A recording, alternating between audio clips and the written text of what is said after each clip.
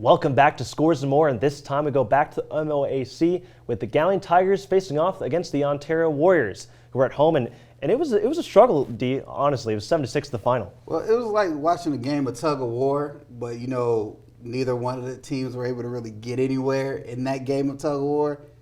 It's very this was a squid game of our football games tonight. Yeah, it was definitely a game where if you don't really like a lot of offense, you would have loved if you like defense and making plays, maybe. But let's take a look at those highlights.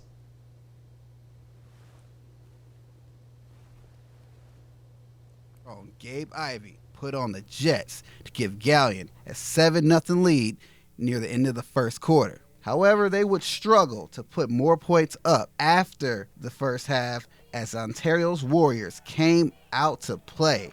The Warriors' Colton Ramian would get a nice run off of a screen to put Ontario in the red zone.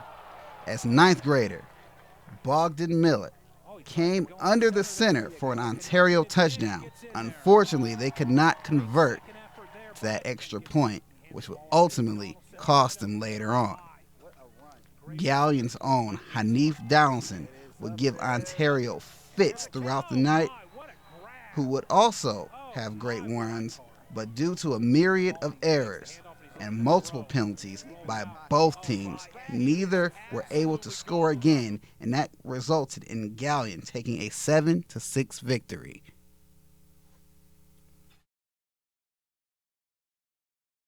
You don't get really much style points in that game, but W is W, D. Yeah, like my man Lance said when we were calling the game together.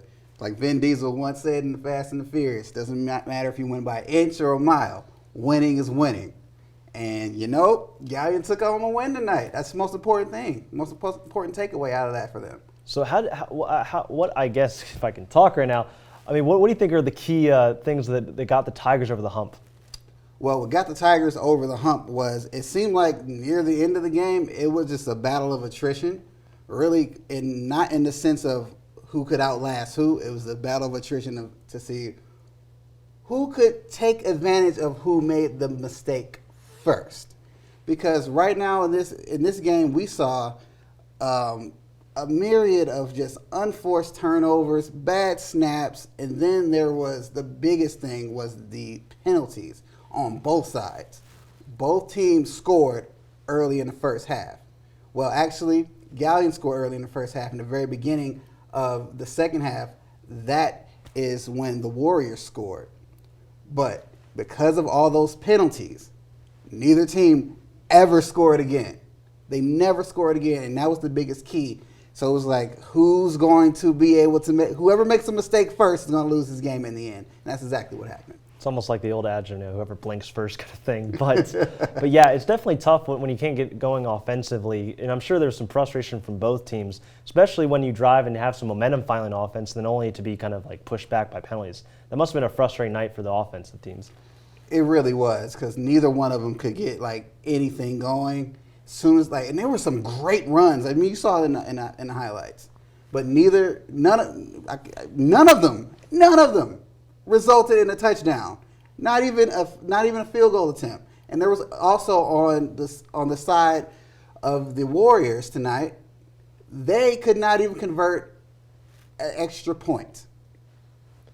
So I get it. Football's tough. I get it. I understand. But there has to be, in my opinion, on both teams, and on both sides of that ball, has to be a lot more focus there. Oh yeah, definitely would like to see that going forward. But next week on our WMFD Game of the Week, we will have the Galleon Tigers back at home at Heisey Park to take on the Lima Central Catholic Thunderbirds. And they welcome in a very good Thunderbird team ranked 5th in the state poll. So they better get that offense going, because they're going to probably have to score some points if they want to hang with the Thunderbirds. But exciting to see Lima Central Catholic. They're always a fun team to play regardless of sport. So it's going to be nice to see them on our Game of the Week next week. But thank you so much, Dee. And we'll have more Scores and More when we return.